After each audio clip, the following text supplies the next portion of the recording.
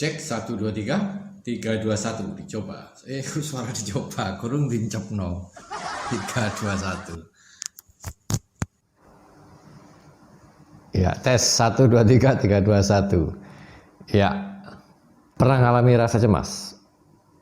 Cemas ketika akan ketemu seseorang ya.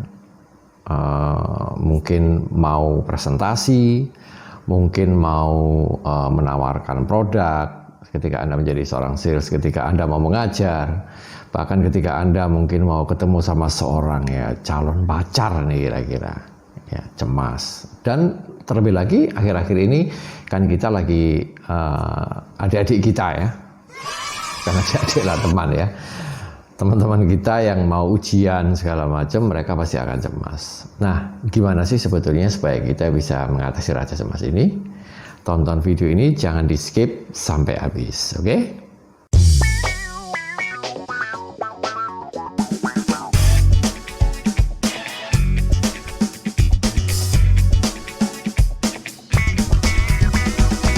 Halo Sobat Dore, jumpa lagi di channel Totok PDY.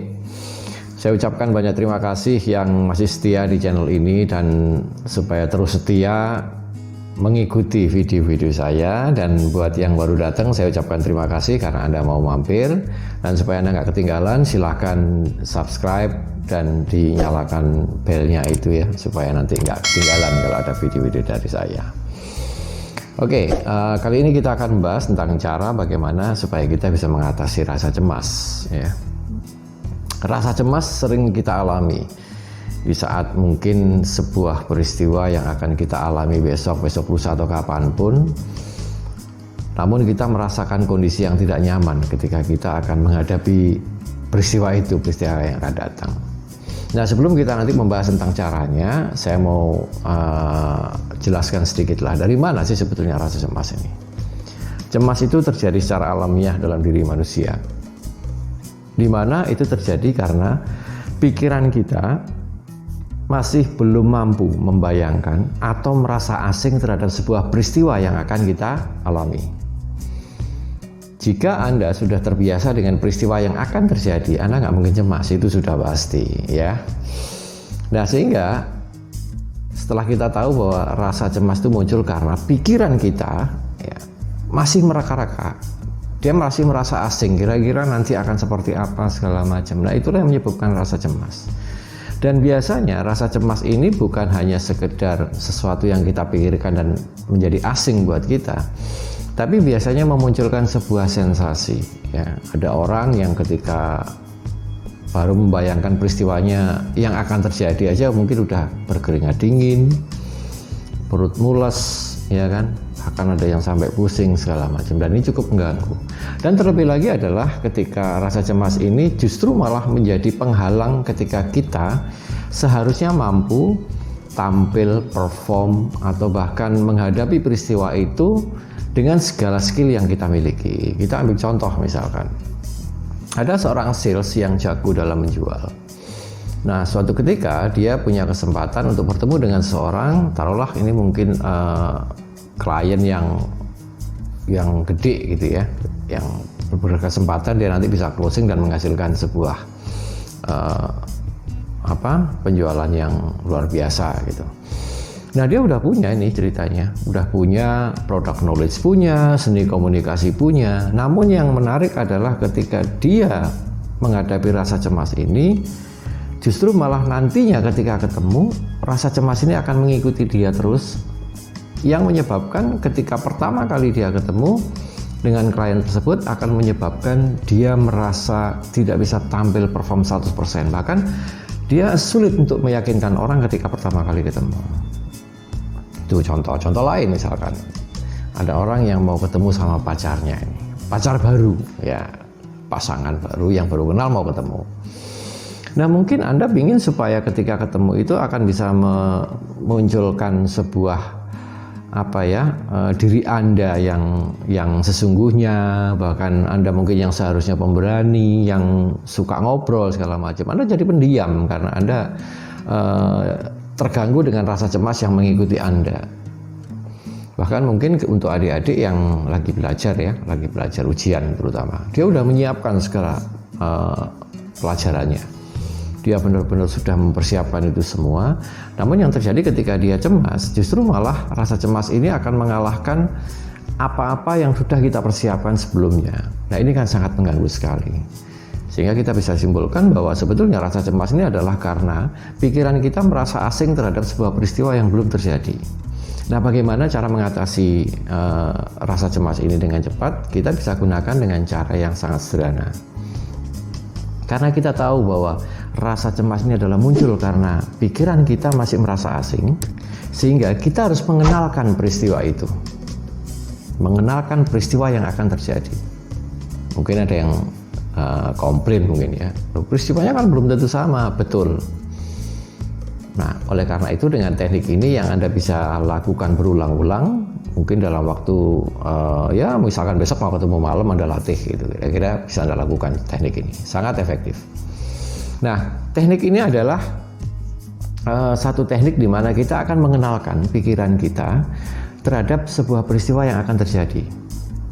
Nah, namun bukan kita mau men-set up sebuah peristiwa, bukan, karena peristiwa tidak bisa kita tahu persis, kita prediksi pasti bahwa akan terjadi seperti apa. Namun kita bisa mempersiapkan mental kita menghadapi peristiwa tersebut.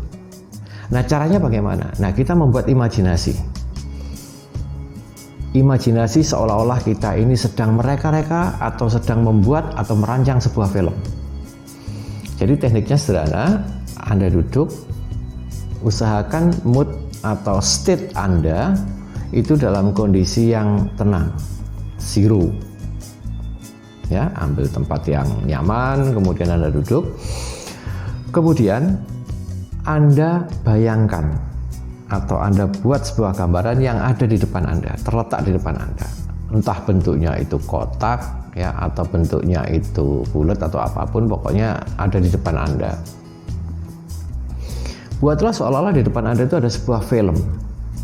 Ya, Anda menjadi sutradara sekarang, merancang film ini di depan Anda.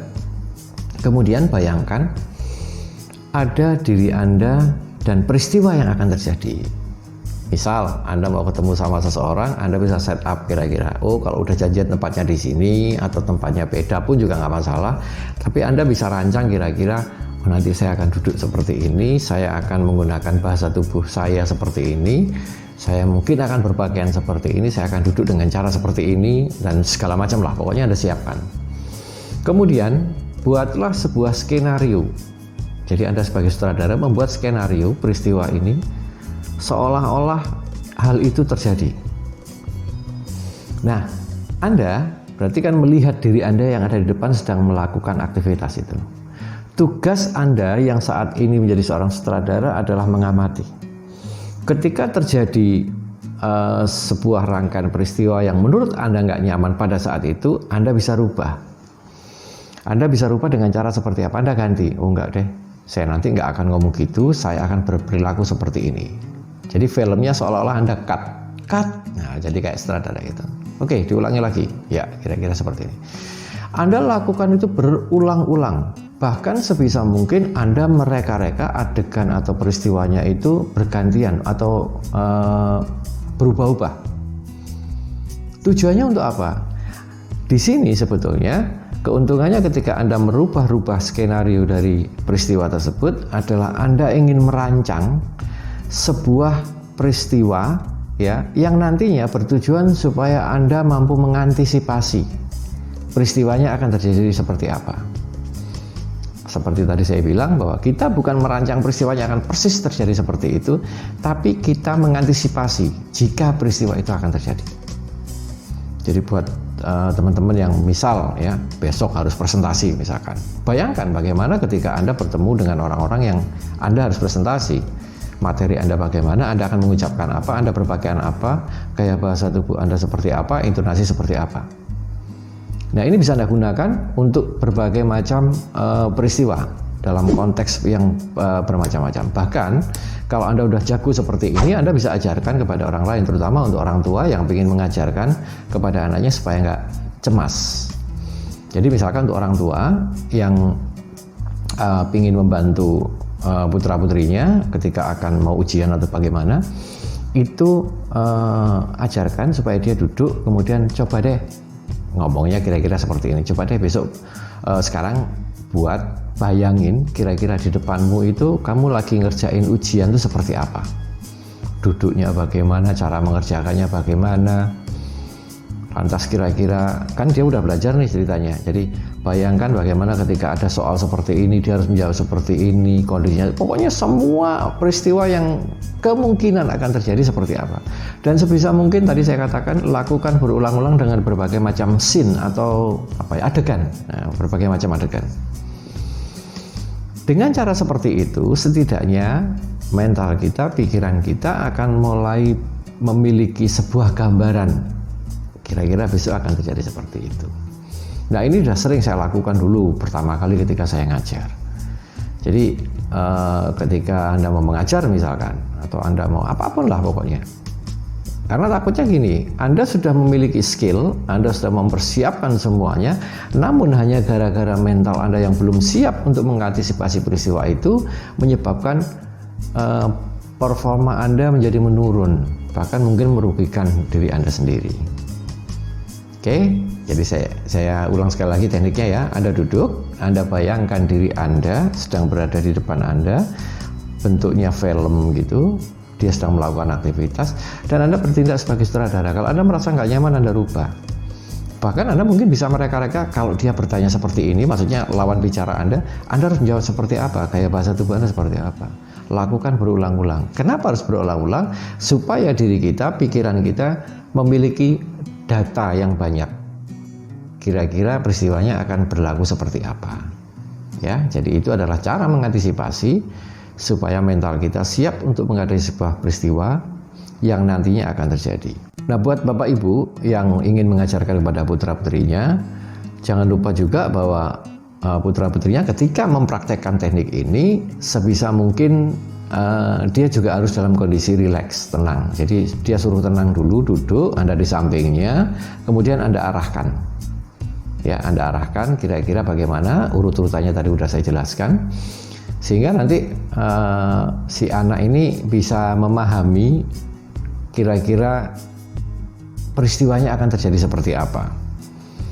Dan setelah selesai melakukan, tolong ditanyakan ke putra-putrinya, gimana, kamu merasa tenang atau masih cemas? Wah, masih ada ini. Oke, kalau masih cemas, lakukan lagi.